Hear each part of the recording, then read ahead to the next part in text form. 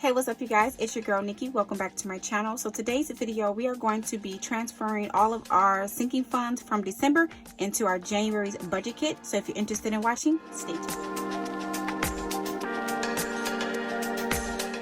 Okay guys, let's go ahead and jump right into this video. I have my January's budget kit right here. The purpose of this video is pretty much to keep our running ledger of all of our sinking funds. So here is the sinking funds insert right here. Okay guys, so let me go ahead and grab my December's inserts really quick so that I can use them to write down all of our categories.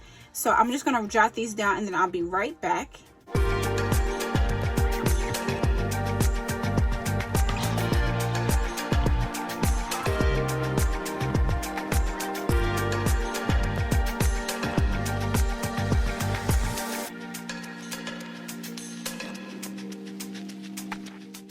Okay, you guys, so let's go ahead and write down our beginning balances for the month of January. I'm looking here for December. I didn't even complete like all of my ledger, but I did make my deposits. So we're going to like just omit this little sheet here. We're going to go straight to the cash envelopes because I want to make sure that everything's on track. Okay, so I want to go ahead and put all of the beginning balances down here for our sinking funds for January 2020. I'm looking over here at the sinking funds for December, and I didn't even put in my deposits and my ending balances. So what we're going to do is we're going to jump straight into, we're going to count the cash that's in here. That way we can have the exact amount that we're starting with for January. Because I know for December, we of course use our Christmas money. So it should only be like maybe $50 in the Christmas category because I added deposits on both of my paychecks, but I didn't write it down. So once I kind of get all of the beginning balances, I'm going to show you guys my updated sinking funds amounts. So let's go ahead and jump into Christmas. So Christmas is 20, 40, 50. So we have 50 bucks in our Christmas sinking funds. So I'm going to write here, beginning balance is $50. And then our back to school, let's see. This is our back to school envelope and it is pretty hefty because all of these freaking singles. Okay, so back to school, we started with 104 in the beginning of December and I added in 13. And I know I added in 13 again. So we're going to count this up really quick. So 10, 20, 30, 40, 50, 60, 70, 80, 90, 100, 105, 1, 2, 3, 4, 5. That's 110. 1, 2, 3, 4, 5, 6, 7, 8, 9, 10. That's 120. 1, 2, 3, 4, 5, 6, 7, 8, 9, 10, 130. So I'm just going to double check my math really quick. So we started the month with $104 and then I added 13 each time. So yes, we're right on the money. $130 is in our back to school fund. All right, moving on to birthday. So it says here on my sinking fund that I started birthdays off with $50 and it should be 100 in there by now. Let's just go ahead and double check because all of the birthdays were over as of November. So let's find the birthday. So we have, let's get it in order. So 20, 40, 60, 80, 90, and 100. Yes. So we have $100 in our birthday category. And next we have car tags. So let's get this in here. So car tags, we started with $107 and I added 11 both times. So let's see where we should be at. So 107 plus 11 plus 11 is 129. So we should have $129 in this envelope. So, okay, 20, 30, 40, 50, 60, 70, 80, 90, 100. 10, 20, 1, 2, 3, 4, 5, 6, 7, 8, and 9. Perfect. So we are exactly where we need to be. So we have $129 in our car tags. And I believe my limit for car tax was $250. So I will need my car renewal. I will need my car tax renewed by July. I think it's actually June, so I may need to adjust that a little bit. But between June and July, I'll have to get my car tax, and I want to say it's June. Yeah, 6/14. And the next one is car maintenance, and I know I spent something out of there. Let me just see if I put it on here. Yeah, I got my oil changed on December 7th of $39. So let's see where we are with our car maintenance fund. So we have 20, 40, 55, 56. So 56 bucks is in our car maintenance fund. And let's just see what it's, oops. So I'm going to check to see what we had for December, just to see how much it should have been. So car maintenance, 55 plus the 20, plus I'm sure I put another 20 in. So 95 minus $39, 56. So yes, we are exactly where we need to be for our car maintenance fund. Clothing, it shouldn't have anything in it because I know I spent from it. Oh no, okay, I added to it. All right, so clothing has $40, but it was empty. I didn't have anything in there because I picked up some items for the kids as far as clothing. So we're starting the month of December off with $40 in that category. Next is miscellaneous, and I know I beefed this one up when I didn't have my paycheck was short. So let's see how much we have in here. So we have 10, 20, 30, 40, 50, 5, 1, 2, 3, 4, 5. So that's $62. So I have $62 into my miscellaneous. Okay, the next one is medical, and that has, let's see, 5, 10, 15, 20, 25, 30, 35, 40, 45, 50, and 55. So we have $55 in our medical. And to be honest, I just went to the dentist on last Monday, and they said I didn't have a copay, which was strange. So, but the bill is like $447. So we're gonna have to see what portion my my insurance will cover, and then we'll have to be paying on that also. So that was $55. So the last one is my car renewal, which is car insurance. And let's count that out. So 20, 40, 60, 80, 100, 20, 40, 60, and 80. So we have $180 in my car renewal. And that is exactly where we need to be. So 180.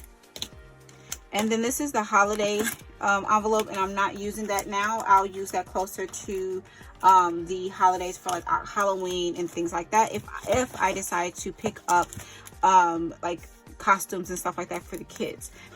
Okay, so let's go ahead and add up everything that we have in our sinking fund. So we have 130, 100,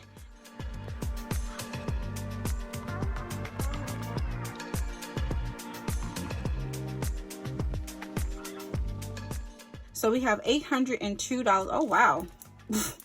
Okay, so that's really good. We have $802 in our sinking funds, and we're just continuing to build, and I think this is an awesome idea. I love sinking funds. So let me go ahead and show you guys kind of how I came up with this, and this is just my rough draft because I need to make this nice and pretty. I'm going to probably make like an insert that can go into my planner so that I can see exactly what the amounts of money that I need. Okay, so now that I have everything set up for January sinking funds, I want to go ahead and show you guys exactly how I came up with my numbers for my 2020 sinking funds. So what I like to do is write the category,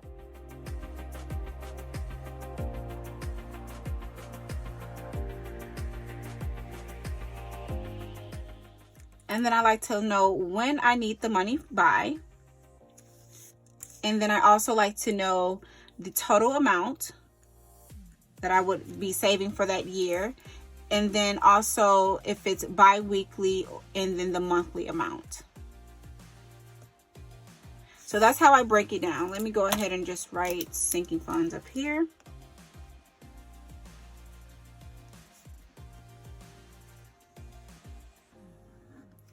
Okay, so the first category that we have is Christmas.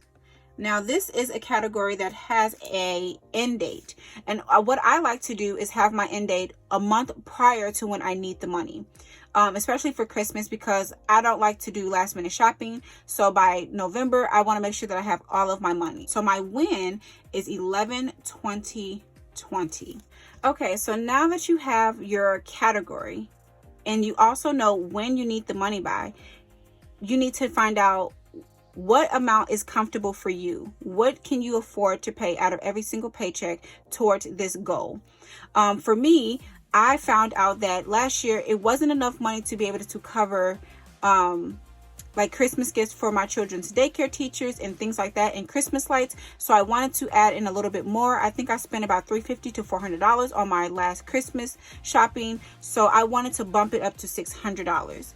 So the way that I do that is by looking at when am I starting.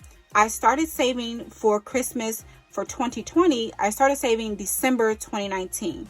So that means I have 12 months to save up for my Christmas shopping. So I count all of December all the way up until the end of November. That gives me 12 months. So that will be a total of $600. So the way that you're able to determine your amount is by taking the $600, dividing it by the how many months you have until you need to reach your goal. And for me, that is 12. So 12 times 50 makes $600. So you take the $50 and you break it up. That means it's $25 bi-weekly. Okay, the next category is back to school. Okay, so back to school, I need this money by July of 2020, and my total amount is $300. I did not change this one because I've been saving for back to school since August of 2019. So I wanted to keep it where it's at. There may be a moment where I just dump a little bit more money into it because, I mean, why not have more money than what you need? So what I do right now is pay $13. Let me just make sure. Yeah, I pay $13 every 2 weeks, which totals out to be $26 a month towards back to school. And then by the time July comes around, which is 1 month prior to school starting, I'll have $300 to make sure I have all of their school items. The next category is birthdays. Now this one changed a little bit also. We need this money by July of 2020 also, because the first birthday for the children begins July 22nd. So by the end of June, I should have all of the money that I need. The amount that I'm allocating towards birthdays will be $400, giving each child $100. So that totals out to be $25 every paycheck and $50 a month. Next are car tags. I need my car tags. I have on here by June 2020, and that is when I will need them. So the total amount for that is $250. I started saving for my car tags. Oh, I don't remember. I think I started saving for them back in August. I'm not 100% sure, but I know I gave myself 12 months to do it. So we're going to basically be putting in $11 every 2 weeks, which is only $22 a month. Next on here is car maintenance. Now, car maintenance does not have an end date, okay? Car maintenance is kind of infinity. Like, we are going to use it throughout the year. There's no end date. So what you do in this case is you just figure out how much money you can budget for yourself for car maintenance. And you have to base this upon your vehicle. For myself, I have a 2-year-old car, so I know that I'm not going to be needing like starters and things like that at this time. So I'm comfortable with putting $20 in every 2 weeks. And I did go ahead and change this because before, I think I was putting I don't know how much I was putting. I was putting less. Let me look. Okay, so car maintenance, I did increase it by $5. Before I was putting in $15. So now it is at $20 every 2 weeks. And that is a total of $40 for the month. So for me, I have a newer vehicle, as I said, and I know that I just have to take care of my oil changes right now. And, well, I did purchase brand new tires. Those came out to like $350 for all four, which was an awesome deal. So I don't have to worry about that right now. I have like 50,000 miles on my tires. Well, I think it was like maybe 50 or 60,000 miles. So I know that once I reach a certain mileage on my odometer, then I'll be planning to go ahead and take care of tires. But right now, this is pretty much just going to cover like windshield wipers and oil changes.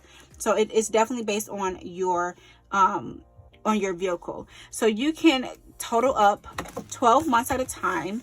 So $40 times the year, that's $480 that I will be dumping into car maintenance. Okay, and the next item is clothing. Clothing is another item that does not have an end date. It's pretty much just revolving. Once again, you find out what you're comfortable with paying. And I know for me, I am going to start putting in $40 a month, which is $20 every pay period. That way I'm able to have a little bit more money towards clothing. Before I was only doing like $10 and it just wasn't enough. So this way we'll have $40 a month to take care of clothing. If we don't have to pay for clothing for that month, that's perfectly fine. It will stay in there and just roll over. Okay, so the next one is miscellaneous. Now, miscellaneous for me has bumped up drastically because I really find that I use my miscellaneous category quite often for unbudgeted expenses. Now, there is no end date. This, once again, is based upon what you can afford. So for me, I am looking at being able to afford $40 every 2 weeks, and then that's $80 a month. Now, as you guys already know, if you have watched my previous video, there are going to be some changes to take place as for me as far as financially. So if this is not going to work, that is the beauty of budgeting. I can just go in and change it. It's just that simple. So, but for right now, we're going to stick with $40 a month at $80 a month, and $80 times 12. That means we're going to be pushing out $960 towards miscellaneous throughout the year. And I think that's pretty feasible because you never know what you'll need the money for.